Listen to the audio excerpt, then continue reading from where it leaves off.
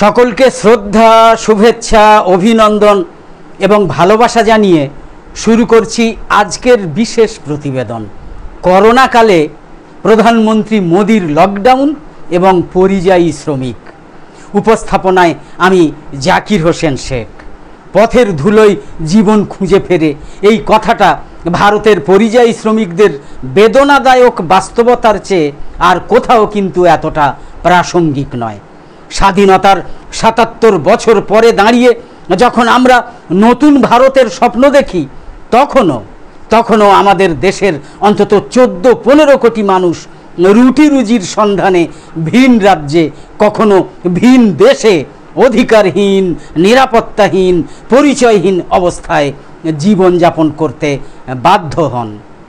১৯৭৯ সালে interstate migrant workman regulation of employment and condition of service act পাশ হয়েছিল। উদ্দেশ্য ছিল পরিযায়ী শ্রমিকদের সুরক্ষা, অধিকার এবং মজুরি নিশ্চিত করা।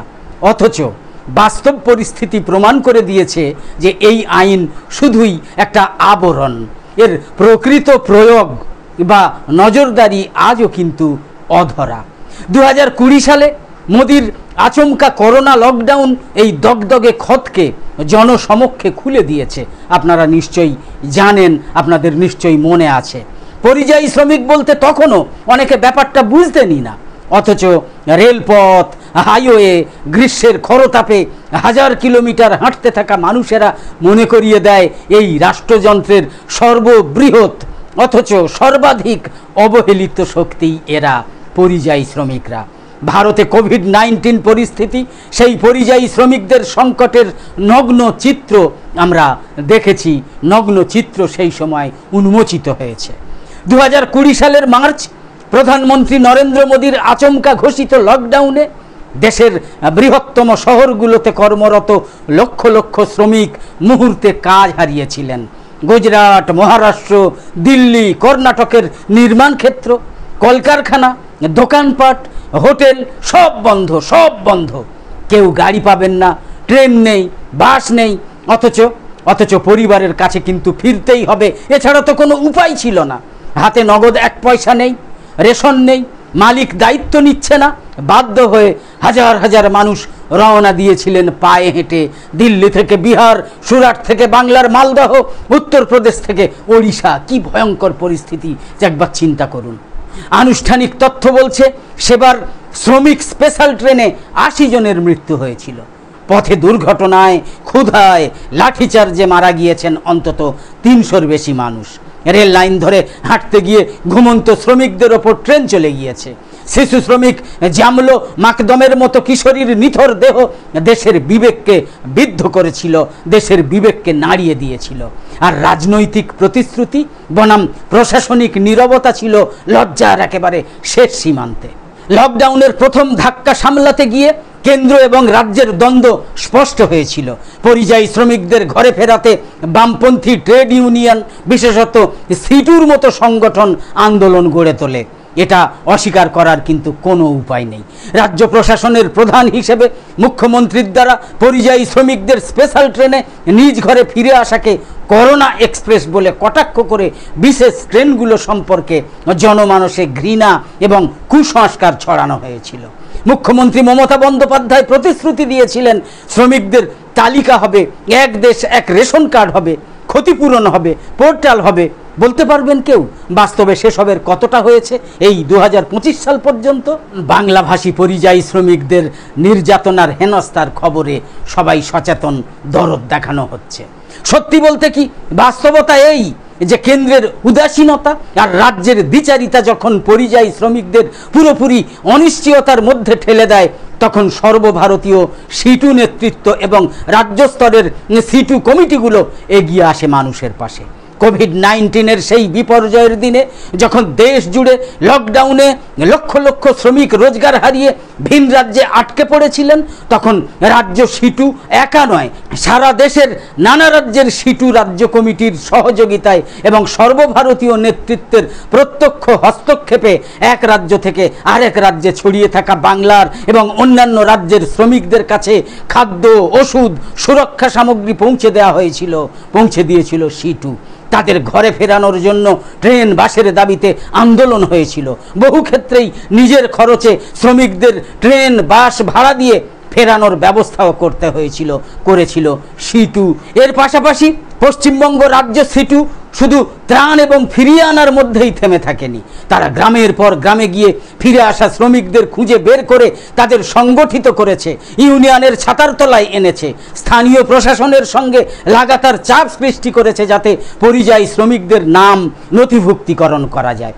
এই সংগঠিত চাপের ফলেই আজ রাজ্য সরকার নামমাত্র হলেও কিছু অন্তত ক্ষতিপূরণ এবং পোর্টাল ভিত্তিক নথিভুক্তি শুরু করতে বাধ্য হয়েছে, যা মুখে গরিবের পাশে থাকার সরকার তার আগে বহুদিন ধরে কিন্তু করেনি।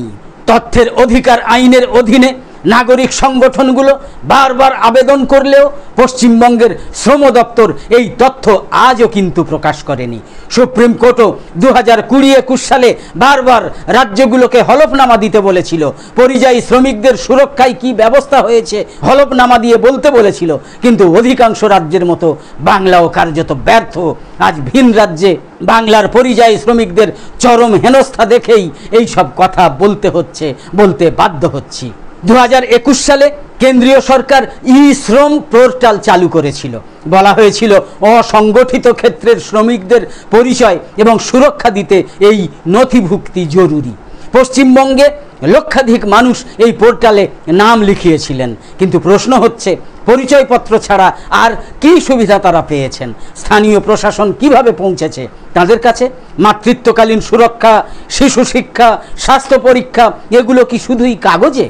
ই-শ্রম পোর্টাল চালু হওয়ার পরপরই বিপুল প্রচার, টিভি, রেডিও, ব্যানার, পোস্টার সব জায়গায় বলা হয়েছিল ই-শ্রম কার্ড থাকলে শ্রমিকদের সরকারি প্রকল্পের সরাসরি সুবিধা মিলবে। শ্রমিকরা অনেকেই জানেন না এই কার্ড দিয়ে কিভাবে সরকারি প্রকল্পে যুক্ত হতে হবে, অনেকেই জানেন না। ইউনিয়ন বা সচেতন নাগরিকরা জানালে জানে, না হলে তথ্যই নেই। কোনো follow up, counselling, help desk, block বা পৌরসভায় আলাদা শাখা গড়ে তোলার কোনো চেষ্টা নেই। আবার পোর্টাল কেন্দ্র চালালেও বাস্তবে রাজ্যের শ্রম দপ্তর, স্থানীয় প্রশাসনকে সমন্বয় করতে হয়, কিন্তু রাজ্য স্তরে নেই কোনো পূর্ণাঙ্গ সমন্বয়। কোথায় কত শ্রমিক নাম লিখিয়েছে, কে কোন প্রকল্পের যোগ্য তা যাচাই করার সিস্টেম নেই। গোদের উপর বিষ ফোঁড়ার মতো কেন্দ্র রাজ্যের দ্বন্দ্ব নাটক। কোনো রাজ্যে বিজেপি শাসন, কোন রাজ্যে বিরোধী দল। এই দ্বন্দ্বে কেন্দ্রীয় স্কিমগুলোর বাস্তব রূপায়ণ প্রায় অকার্যকর হয়ে থাকে। পশ্চিমবঙ্গের ক্ষেত্রেও তাই হয়েছে। ই-শ্রমের মাধ্যমে প্রকৃত সাহায্য পৌঁছানোর রাস্তা এখনো পর্যন্ত তৈরি হয়নি। উল্টে ভাষা, পরিচয় এবং রাজনৈতিক শোষণ বেড়েই চলেছে। বিশেষ করে ভিন রাজ্যে বাংলাভাষী পরিযায়ী শ্রমিকদের উপর অত্যাচার তো এখন খবরের শিরোনামে আপনারা তো নিশ্চয়ই প্রতিদিন দেখতে পাচ্ছেন। 2025 সালের জুলাই মাসে বাংলাভাষী পরিযায়ী শ্রমিক ইস্যুটা তো আচমকা নয়, বরং দীর্ঘদিনের বঞ্চনা, অবহেলা আর রাজনৈতিক অজুহাতের ধারাবাহিকতারই পরিণতি। অভিযোগ উঠেছে এবছরের ফেব্রুয়ারি মাসে কেন্দ্রীয় স্বরাষ্ট্র মন্ত্রকের অধীনে একটা সতর্কীকরণ বিজ্ঞপ্তি জারি হয়েছিল। তাতে সরাসরি না বলা হলেও কার্যত কিন্তু নির্দেশ ছিল যে বাংলাভাষী শ্রমিকদের প্রতি অতিরিক্ত নজরদারি রাখা হোক, তারা অনুপ্রবেশকারী হতে পারে। এই নির্দেশ কিন্তু সরাসরি না হলেও পরোক্ষভাবে এই নির্দেশটা দেয়া হয়েছিল। এই একটা নির্দেশ দেশ জুড়ে বিশেষত বিজেপি শাসিত রাজ্যগুলোতে বাংলা বলা মানেই বাংলাদেশি, আর বাংলাদেশি মানেই সন্দেহভাজন, এই বহু পুরনো অপবাদকে ফের রাষ্ট্রীয় শিলমোহর দেওয়ার সরকারি প্রচেষ্টা। এই সূত্রে বাংলাভাষী পরিযায়ী শ্রমিকদের বাংলা বলাকে সন্দেহের চোখে দেখার জন্য কেন্দ্রীয় স্বরাষ্ট্র মন্ত্রকের অধীনে বিজ্ঞপ্তি জারি করা হয়। বিজেপি শাসিত রাজ্যে এই বিজ্ঞপ্তিকে হাতিয়ার করে বাংলাভাষীদের বাংলাদেশি, রোহিঙ্গা অপবাদে আটক, নির্যাতন, দেশ ছাড়া করার অভিযোগ ওঠে। এমনকি সীমান্তে বিএসএফ দিয়ে পুশব্যাক পর্যন্ত করা হয়। বর্ডার সিকিউরিটি ফোর্স বিএসএফ সীমান্তে নজরদারি রাখে দেশের নিরাপত্তার জন্য, কিন্তু নিজ দেশের নাগরিকদেরকে বাংলাদেশে পুশব্যাক করার নজির আন্তর্জাতিক আইনে মানবাধিকারের চরম লঙ্ঘন। সীমান্তের গ্রামে কাজ করতে গিয়ে ধরা পড়া বহু শ্রমিককে সীমান্ত চৌকিতে বিএসএফ আটক করছে, বাংলাদেশি অপবাদে গোপনে সীমান্তের ওপারে ঠেলে দিচ্ছে। যারা ফিরছে তারা নির্যাতিত হয়ে ফিরে আসছে, বহু কষ্টে আইনি পথে ফিরতে হচ্ছে তাদের। আরও ভয়ঙ্কর অভিযোগ আসছে, রাজ্যের মুখ্যমন্ত্রী মমতা বন্দ্যোপাধ্যায় মাসের পর মাস আগে কিন্তু এই নোটিফিকেশন সম্পর্কে দিব্যি অবহিত ছিলেন, কিন্তু প্রকাশ্যে কোনো প্রতিবাদ করেননি, যেন রাজনৈতিক ইস্যু তৈরির জন্য অপেক্ষায় ছিলেন। রাজ্যের শাসক দলের এই নীরবতা কি কেন্দ্রের সঙ্গে কোনো গোপন সমঝোতা, নাকি বাংলা এবং বাঙালির অধিকার শুধুই রাজনৈতিক স্লোগান? এই প্রশ্ন আজ উঠবে না? কে তুলবে এই প্রশ্ন? কে করবে এই প্রশ্ন? ভারতবর্ষের নাগরিকত্ব এখনো ঠিকানা দিয়ে নির্ধারিত হয়, অথচ আজকের অর্থনীতিতে মানুষ কাজের খোঁজে আন্তঃরাজ্য বা আন্তঃরাষ্ট্র গমন করতেও বাধ্য হয়। সস্তায় থাকার জায়গা নেই, সরকারি বাসগৃহ নেই, ফলে বস্তিতে থাকতে হয়। পুলিশি হয়রানি, অবৈধতার অপবাদ, ঠিকাদারের শোষণ, সব মিলিয়ে চরম অনিশ্চয়তা। 2020-তে বেঙ্গালুরুতে প্রায় 25 লক্ষ শ্রমিকের কোনো নথি ছিল না। পশ্চিমবঙ্গ থেকে যে শ্রমিকরা রাজস্থান, মহারাষ্ট্র, অন্ধ্রপ্রদেশ, তামিলনাড়ু, দিল্লি, হরিয়ানা সব জায়গায় কাজ করতে যান, তাদের জন্য কোনো সেফ প্যাসেজ নেই, পরিচয়পত্র নেই, মাইগ্রান্ট ওয়ার্কার হোস্টেল নেই। ব্যতিক্রম একমাত্র কেরল। প্রশ্ন করবেন না কেন ব্যতিক্রম কেরল?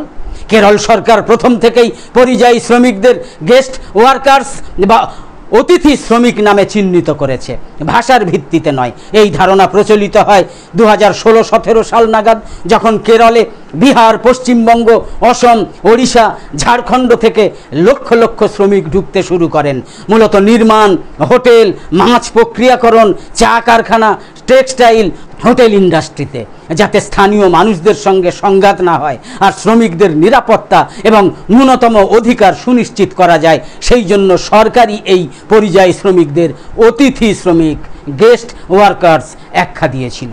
কেরল একমাত্র রাজ্য যেখানে সরকার নিজেই আওয়াজ ইন্স্যুরেন্স, স্বাস্থ্য এবং দুর্ঘটনা বিমা, আপনা ঘর, কম খরচের সরকারি হোস্টেল, স্কিল রেজিস্ট্রি, পরিযায়ী শ্রমিকদের দক্ষতা তালিকাভুক্তিকরণ, অন্যকালী আরবান এমপ্লয়মেন্ট গ্যারান্টি স্কিমের মতো প্রকল্প চালু করে। অন্য রাজ্যগুলোতে এই ধরনের সুসংগঠিত স্কিম প্রায় নেই বা কাগজে থাকে, কিন্তু কেরলের ক্ষেত্রে তা বাস্তবিকই চালু প্রকল্প। কেরলে বাংলাভাষী শ্রমিক, হিন্দি বা ওড়িয়া ভাষাভাষী শ্রমিকদের আলাদা করে অনুপ্রবেশকারী বা বিদেশি বলা হয় না। কেরলের প্রশাসন এবং স্থানীয় ইউনিয়নগুলোর মধ্যে সুন্দর সহযোগিতা রয়েছে। সিপিআইএম এবং সিটু এখানকার প্রধান শক্তি, তারা শুরু থেকেই শ্রমিকদের স্থানীয় সামাজিক জীবনে যুক্ত করার চেষ্টা করেছে। কেরলে লক্ষ লক্ষ বাংলাভাষী শ্রমিক আছেন, মূলত মালদা, মুর্শিদাবাদ, উত্তর এবং দক্ষিণ 24 পরগনা, নদিয়া, উত্তর দিনাজপুর থেকে। তাদের সন্তানদের জন্য মালায়ালাম ভাষা শেখানোর পাশাপাশি বাংলা, মালায়ালাম, ইংরাজি মিশ্র মিডিয়াম স্কুল চালানোর উদাহরণও রয়েছে। কোথাও কোথাও বাঙালি সম্প্রদায়ের পঞ্চায়েত বা সমিতি গড়ে উঠেছে, স্থানীয় থানাও তাদের রেজিস্টার করে। কেরলে বিজেপি শাসন ক্ষমতায় নেই এবং এখানে সাম্প্রদায়িক বা ভাষাভিত্তিক ভোট রাজনীতি প্রধান হাতিয়ার নয়। সিপিএম, কংগ্রেস এবং বাম গণতান্ত্রিক শক্তিগুলোর প্রভাব তুলনামূলকভাবে বেশি এখানে, ফলে বাংলাভাষী বলেই কাউকে বাংলাদেশি বলা বা আটকানোর প্রবণতা মূলধারার প্রশাসনে একেবারেই নেই, ফলে কেরল ব্যতিক্রম। 2025 সালের এই বিতর্কের সবচেয়ে উদ্বেগজনক দিক হলো ওড়িশার মতো একদম পশ্চিমবঙ্গের পার্শ্ববর্তী রাজ্যে বাংলাভাষী শ্রমিকদের উপরে নতুন করে চাপানো সন্দেহ আর প্রশাসনিক হয়রানি। কেন ওড়িশা গুরুত্বপূর্ণ? পশ্চিম মেদিনীপুর, উত্তর এবং দক্ষিণ 24 পরগনা, ঝাড়গ্রাম, নদিয়া, পূর্ব মেদিনীপুর এই সব জেলার হাজার হাজার শ্রমিক প্রতি বছর গোপালপুর, বালেশ্বর, পারাদ্বীপ বন্দর, পুরী, ভুবনেশ্বর সহ ওড়িশার বিভিন্ন জায়গায় কাজ করতে যান। সাগর এবং নদী কেন্দ্রিক মাছ ধরার এবং প্রক্রিয়াকরণ শিল্প, ছোট বড় নির্মাণ সাইট, হোটেল, রেস্তোরাঁ, গৃহস্থালির কাজে বাঙালি শ্রমিকদের চাহিদা ওড়িশায় প্রচুর। বহু শ্রমিক মৌসুমি, পুজোর আগে বা শীতে আবার ফিরে আসেন, ফলে এদের স্থায়ী ঠিকানা ওড়িশায় নেই বললেই চলে। এই ফাঁকেই সন্দেহ আর শোষণের সুযোগ তৈরি হয়। 2025 সালের মার্চ মাসে ওড়িশার একাধিক জেলা প্রশাসন এবং থানার স্তরে স্থানীয় রাজনৈতিক নেতা এবং পুলিশ একসাথে অভিযান শুরু করে। বলা হয় বাংলাভাষী শ্রমিকদের নথি যাচাই করা হবে, বৈধতা প্রমাণ করতে হবে। অভিযোগ ঠিকাদারদের বলা হয় বাংলাভাষী হলে পুলিশের কাছে তালিকা দিতে হবে। অনেক জায়গায় রাতের বেলা শ্রমিকদের হোস্টেলে তল্লাশি হয়। একাধিক ক্ষেত্রে অনুপ্রবেশকারী বাংলাদেশি অপবাদে শ্রমিক আটক, গ্রাম্য নেতাদের হাতে বেদম মারধর এবং পুলিশি হেফাজতে রাখার ঘটনা ঘটে। সীমান্তে বিএসএফের মাধ্যমে পুশব্যাকের ভয় দেখিয়ে চুপ করানো হয় যাতে শ্রমিকরা থানায় অভিযোগ না করতে পারে। রাজ্যের সিটু এবং স্থানীয় বামপন্থী ট্রেড ইউনিয়নগুলো ওড়িশার শ্রমিক সংগঠনগুলোর সাথে যোগাযোগ করে ত্রাণ, আইনি লড়াই এবং গণ আন্দোলন গড়ে তোলে। মেদিনীপুর, ঝাড়গ্রাম সীমান্তে গ্রামে গ্রামে সচেতনতা সভা হয়। শ্রমিকরা বুঝতে শিখেছেন ভাষা কোনো অপরাধ নয়, আর নিজ দেশের নাগরিক হিসাবে কাজ করা তো তাদের অধিকার। সবচেয়ে গুরুত্বপূর্ণ বিষয় হচ্ছে পশ্চিমবঙ্গের মুখ্যমন্ত্রী মমতা বন্দ্যোপাধ্যায়ও জানতেন ওড়িশা সীমান্তে কি হচ্ছে, কারণ ইতিমধ্যে রাজ্যের শ্রম দপ্তর এবং পুলিশ প্রশাসনের কাছে একাধিক স্মারকলিপি জমা পড়েছে। তবু কেন্দ্রের বিরুদ্ধে রাজনৈতিক স্লোগান থাকলেও এই সীমান্তে বাংলাভাষী শ্রমিকদের নিরাপত্তা নিয়ে কোনো দৃশ্যমান পদক্ষেপ কিন্তু রাজ্য সরকারের পক্ষ থেকে দেখা যায়নি। অন্যদিকে শুধু কাগজে নয়, শ্রমিকদের কাছে পৌঁছানোর কাজ একমাত্র বাম ট্রেড ইউনিয়নগুলোই ধারাবাহিকভাবে করেছে। ভুক্তভোগীরা নিঃসন্দেহে এটা স্বীকার করেন। সিটু এদের মধ্যে অন্যতম। পরিযায়ী শ্রমিকদের ঘরে ফেরানো থেকে শুরু করে ক্ষতিপূরণের দাবি, স্বাস্থ্য শিবির, নথিভুক্তি, অবৈধ আটক এবং নির্যাতনের বিরুদ্ধে আইনি লড়াই সব ক্ষেত্রেই সক্রিয় থেকেছে বামপন্থীরা। যখন মুখ্যমন্ত্রী করোনা এক্সপ্রেস বলেন তখন তার প্রতিবাদও সিটুই করেছে, আজও করছে। 2025 সালের ঘটনায়ও বামপন্থী ট্রেড ইউনিয়ন, সিপিআইএম সহ বামদল এবং নাগরিক সমাজ সরব প্রশাসনের বিরুদ্ধে রাস্তায় নামছে, আইনি লড়াই লড়ছে। গদি মিডিয়া কিন্তু এইসব খবর করবে না। জরুরি বিষয় হলো পরিযায়ী শ্রমিকদের জন্য কি করণীয়। সর্বভারতীয় পরিচয়পত্র, শ্রমিকরা যেখানেই থাকুন সেখানেই যেন স্বাস্থ্য, রেশন, শিশু শিক্ষা, মাতৃত্বকালীন সুরক্ষা পান। 2 হচ্ছে বাসস্থান এবং হোস্টেল, প্রতিটা শহরে শ্রমিক হোস্টেল তৈরি বাধ্যতামূলক করা হোক। 3 হচ্ছে ন্যূনতম মজুরি এবং নথিভুক্তি। 1979 সালের পরিযায়ী আইনের পূর্ণাঙ্গ প্রয়োগ এবং কঠোর নজরদারি। ঠিকাদার, নিয়োগকর্তা সবার জন্য জবাবদিহির ব্যবস্থাকে দৃঢ়ভাবে প্রয়োগ করতে হবে। 4 হচ্ছে পোর্টাল নয়, কার্যকর নেটওয়ার্ক।